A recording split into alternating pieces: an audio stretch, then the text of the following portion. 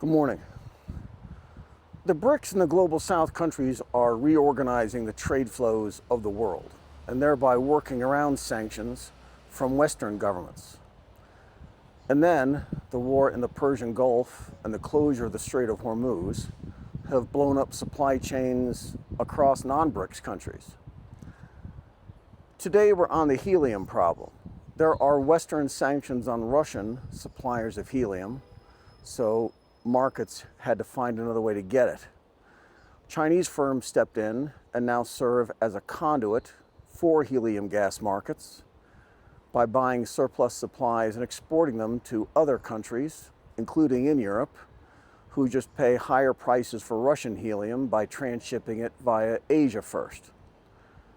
Russian shipments to China last year were 30 million cubic feet on average, which was an increase of over 60% from 2024. Last December, helium exports from Russia to China were more than twice that, at 71 million cubic feet.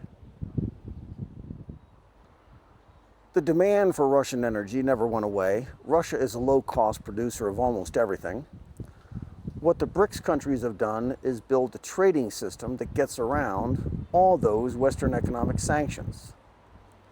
The EU has 20 comprehensive sanctions packages targeting Russia, but last month 20,000 delegates from 100 countries showed up in St. Petersburg to learn how to do business with Russia, using their new financial system set up across the new economic bloc. Back to helium. China uses a lot of helium, and last year Qatar supplied over half of China's import demand. This is a chart of 2025 helium production. The United States supplied over 40% of total production, and Qatar was at over 2 million cubic feet, which was a third of global supply. That's all in the past tense because this year, 2026, brought us the war on Iran. And in the opening days of the war, Iran hit that refinery in Qatar with drones and missiles. Suddenly, that 1/3 of global helium supplies disappeared. And no matter what happens in the so-called peace talks, the helium supply chain out of Qatar is a years-long repair job. So immediately, helium distributors began rationing their supplies. Helium is used across many key industries, and dealers immediately began prioritizing their customers, with healthcare providers at the very top, and everyone everywhere else paying higher prices if they can get the gas at all. Airgas is a U.S. company. Its headquarters is in Pennsylvania. And the United States produces 42% of the world's helium. And that percentage is a lot higher now that Qatar is gone. But nevertheless, American companies selling American helium to American buyers are cutting down shipments and adding surcharges. The shortages will last for up to 5 years, no matter what happens with shipping through the Hormuz. And it's not a money problem either. Gas turbines for the refrigeration compressors are backlogged by at least 2 years, and only 3 manufacturers in the world make them. So here's a table that's helpfully updated to show where the industry is right now. These are individual helium production facilities, and the top 2 by volume are in the United States. At number 6, the Ras Laffan plant in Qatar is offline. 33% gone, out of the market completely.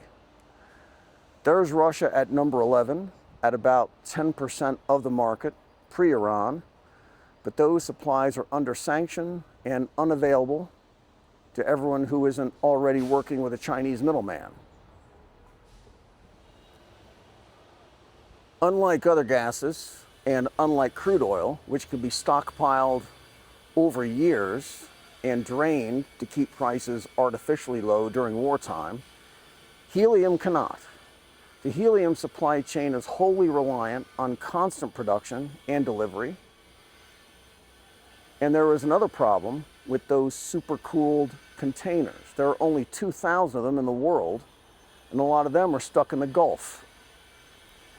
Here is a map that shows the problem faced by the Qataris and everyone else in the world who needs helium.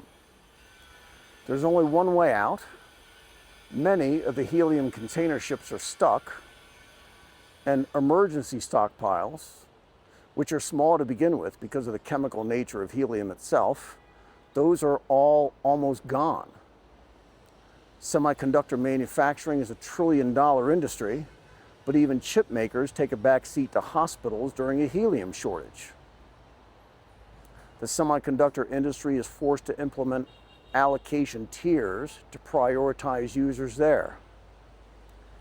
AI server hardware is the most profitable use of helium, so they're probably first in line. This is the Bloomberg intelligence forecast for what's coming next in the tech industry after the drone strikes on Qatar took out 1/3 of the global helium supplies overnight. Short term, chip making for consumer electronics will be delayed, along with new product releases and shipments. Data center growth will be limited because of hits to cloud storage networks. So that's the good news for the summer. Medium term, big impact for wafers and in memory packaging. Shortages of AI accelerators and enterprise AI software costs will shoot higher. Governments likely to mandate permanent structural exit from Middle Eastern raw materials agreements, which will force companies to sign long-term contracts with American suppliers at a higher cost. And remember that Airgas can't supply their own customers right now.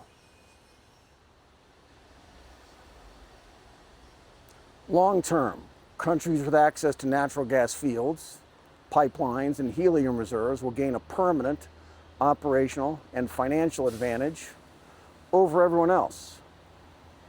Sounds like Russia. We're back to them again. They have big reserves, lots of pipelines, and lots of natural gas. So it's a boon to Russian producers like Gazprom. Where does that leave everybody else? Canada sees an opportunity. Canadian companies produce 3% of global supply, but has large untapped reserves. Currently, Canada exports their helium to the US for processing and liquefaction. So their idea now is to try putting some new policies in place, then drive fresh capital investment into the sector, then build out their own liquefaction industry, and get their fields in Saskatchewan producing 3 times more helium than they do now.